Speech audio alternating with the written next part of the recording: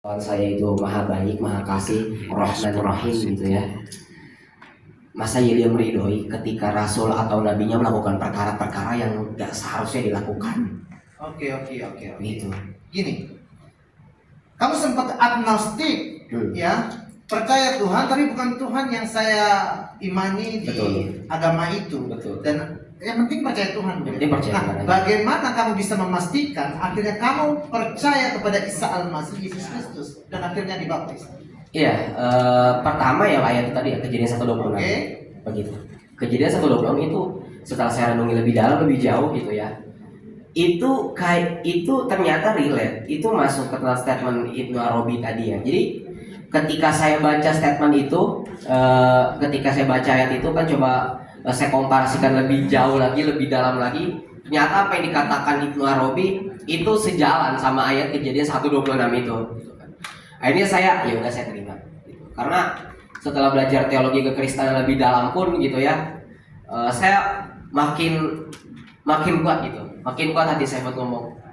Berarti setelah melihat dari awal penciptaan manusia itu seperti apa gitu kan, Tuhan menciptakan manusia itu berkuasa, itu beda. Beda sama apa yang saya yakini dahulu. Saya dulu meyakini amantu billahi wa malaikatihi wa kutubihi wa rusulihi wal yaumil akhir wa bil qadari khairi wa syarri min Allah taala. Nah, pendekatannya di rukun iman ke-6 nih.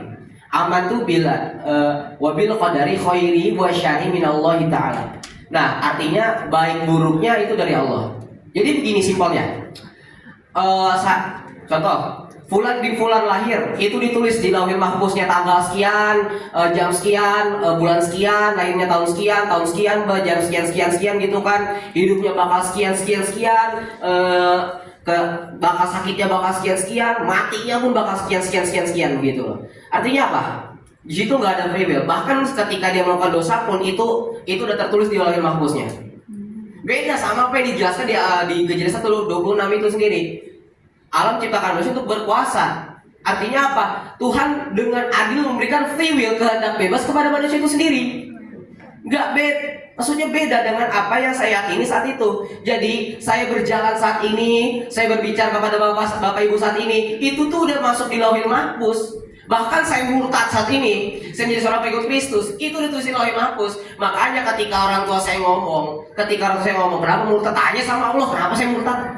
Karena bagi muslim, apapun yang terjadi itu sudah tercatat di Lauhul Mahfuz. Lauhul Mahfuz adalah sesuatu yang sudah ditentukan jauh sebelum orang itu dilahirkan. Nah gitu. Jadi kalau kamu ditanya kenapa murtad, kamu bilangnya tanya sama Allah. Tanya sama Allah ya. Terlalu cerdas Bapak Ibu. Jadi begini seperti jadi ya.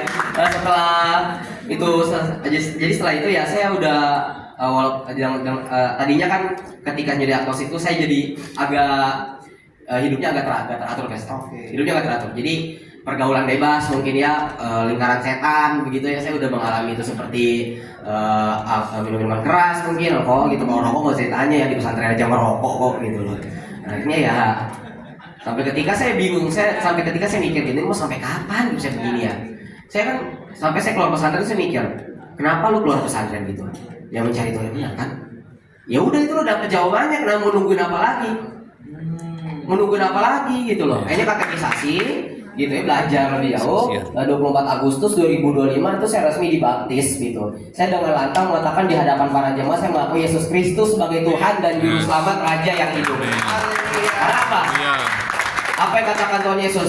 Yohanes 14 ayat 6 gitu. Ana huwa thariqul haq